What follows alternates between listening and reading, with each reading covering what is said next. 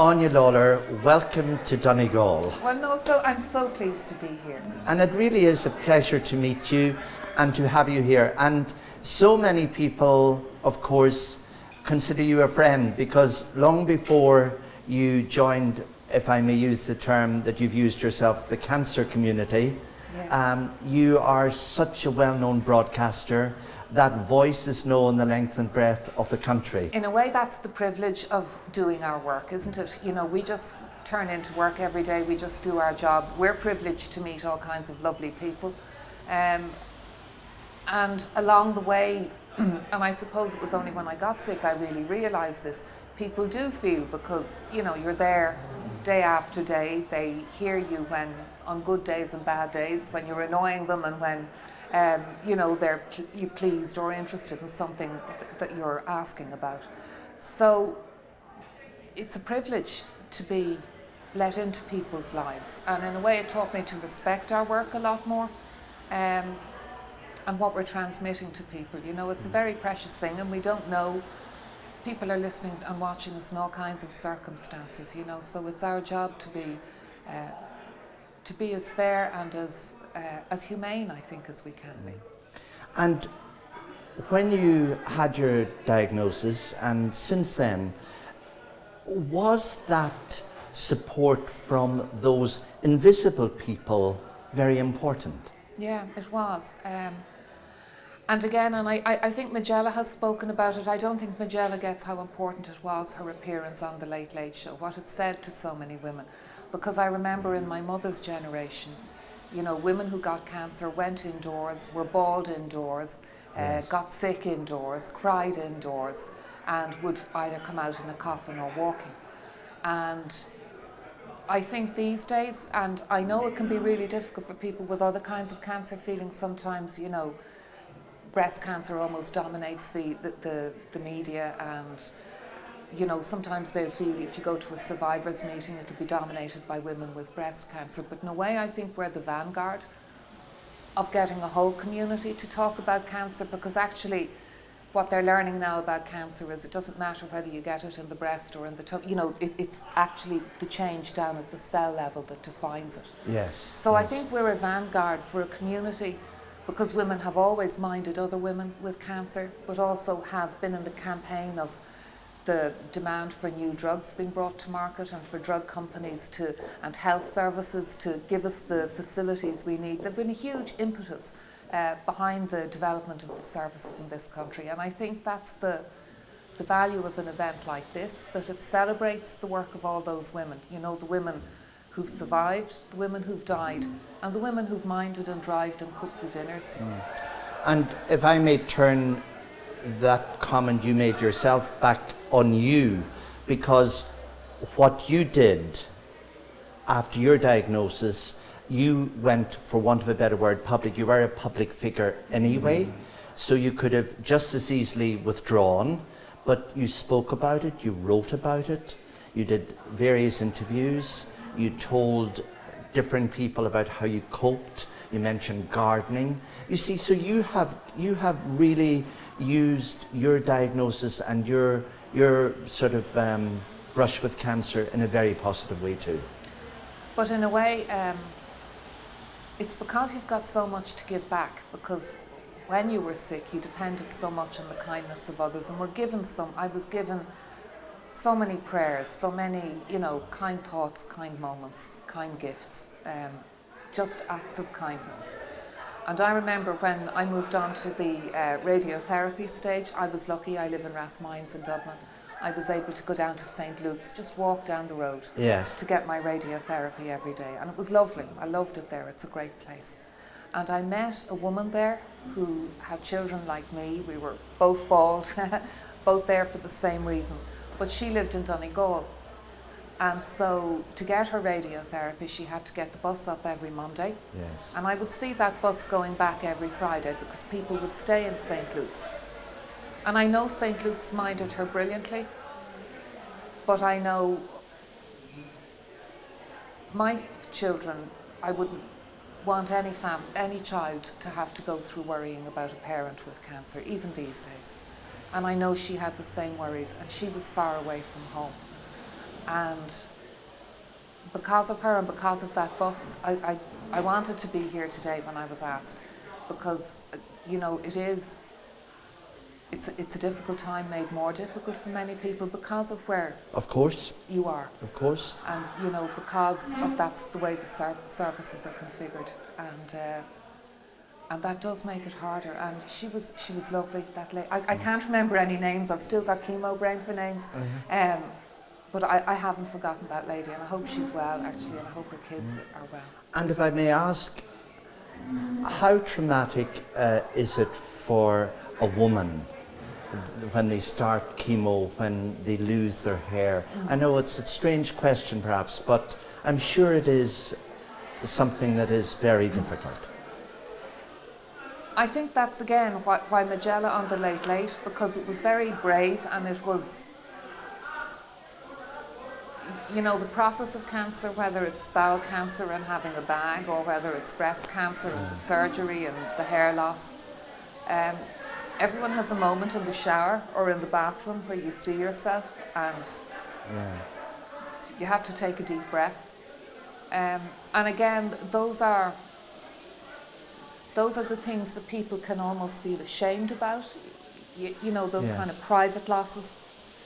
And I think Magella, by doing what she did in public, gave comfort to an awful lot of people for those private moments. And, men with prostate cancer and the side effects afterwards, it can be hard.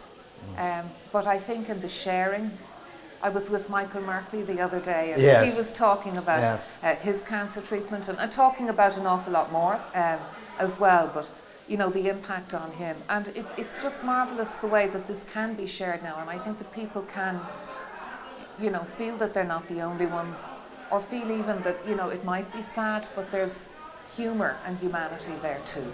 And that helps. Yes, it does, absolutely. And the humour does somehow or other help to bring you through it as well. Yeah. And what advice would you give to women in particular who were, in the position that you were in terms of after going out there to face the world? They always tell you when you get sick, everyone's cancer is different and everyone's treatment is different. And probably everyone's reaction is different. The only thing I think it taught me is that, we are all going to go sometime with something. Yes. And at least if you've had a trauma like that in your life, whatever it is, maybe the only lesson it can teach you is to make the most of every single hour of every day that comes, so that when the end does come, you're not lying there going, oh, I should have, I would have, I could have, do it, go out and do it, live as much as you can.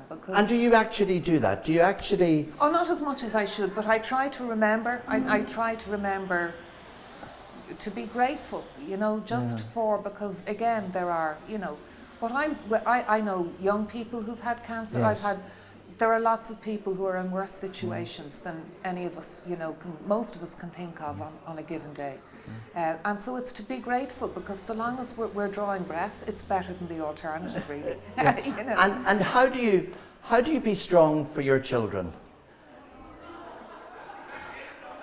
As much as you can, but you can't go through their pain for them. So, the older ones, I think, they've all been really, really strong, but it can be a fright, in a child's security, and that can be something that kind of, parents want to protect their children from all these frights. But part of life is that you can't, and part of life is that they learn, to recover, and that we just love each other through these hurts, and that's really all we can do. And by way of, we mentioned gardening. You love your garden. You're passionate about it. You probably did a lot more of it after when you were. And my husband Ian gardens with me now. He comes up the allotment, so I dragged him in as well. So, would you say to people that having a hobby or something that's almost physical to do? Yes, whether it's art, whether it's walking your dog, whether it's gardening, but to have something that puts you back in touch with the world. Clive James who's the writer, who's really so funny. And he was diagnosed with cancer, and then a new medicine came along. He was supposed to be terminal, and he's still here. He says, much to his own embarrassment. But I remember hearing him interviewed, and he said, I wish, what did you learn? And he said, not to sweat it, to be grateful for the trees, for the day. And that sounds cheesy. No, it's not. But actually, you could be having a horrible day, but still, that's a beautiful moon out there. That's a beautiful bit of sunlight coming in. There's something nice in the day, and there's something you could notice that's good. And you're really saying your cancer, that challenge of all of that, and your treatment, and your gradual recovery and getting your strength back and your hair growing out again, your whole perspective on life changed to an extent. You valued it more. It certainly boils things down, I think, and makes life simpler. Not that, again, we all get caught up in the day to day and, get cranky about stuff and whatever. But to try and remember that fundamentally it's very simple. And people are actually, especially in my job, it's politics, people giving out the whole time. Most people are incredibly kind, incredibly nice, and actually what you see in a cancer ward as well, incredibly brave. There's so much goodness that we don't celebrate, and it's to remember all of that and all the bad stuff. And you have to draw on those reserves of strength and bravery, because the individual, has to be brave. Yeah, well, but all of us do in the end have to confront, the inevitable that life and also is, our own isolation maybe in dealing with that, no matter how much you love and are loved.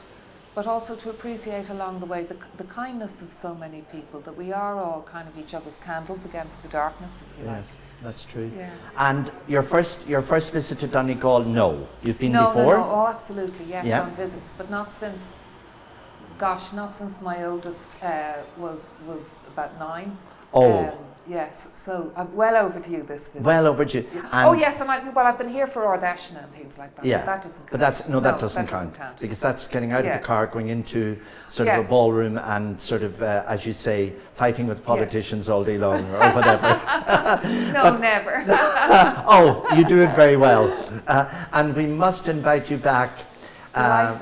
On sort of perhaps in the spring, when the weather's a little better and when the sun is shining, we would love to show you a little bit of our beautiful Donegal. I've been to Glenveigh, and Glenveigh is stunning. Oh yes. And then South Donegal, Glencolmkill, and there's some wonderful gardens on the Donegal Garden Trail. Oh, perfect. That you have to see. No, I do. We have a wonderful garden trail in Donegal.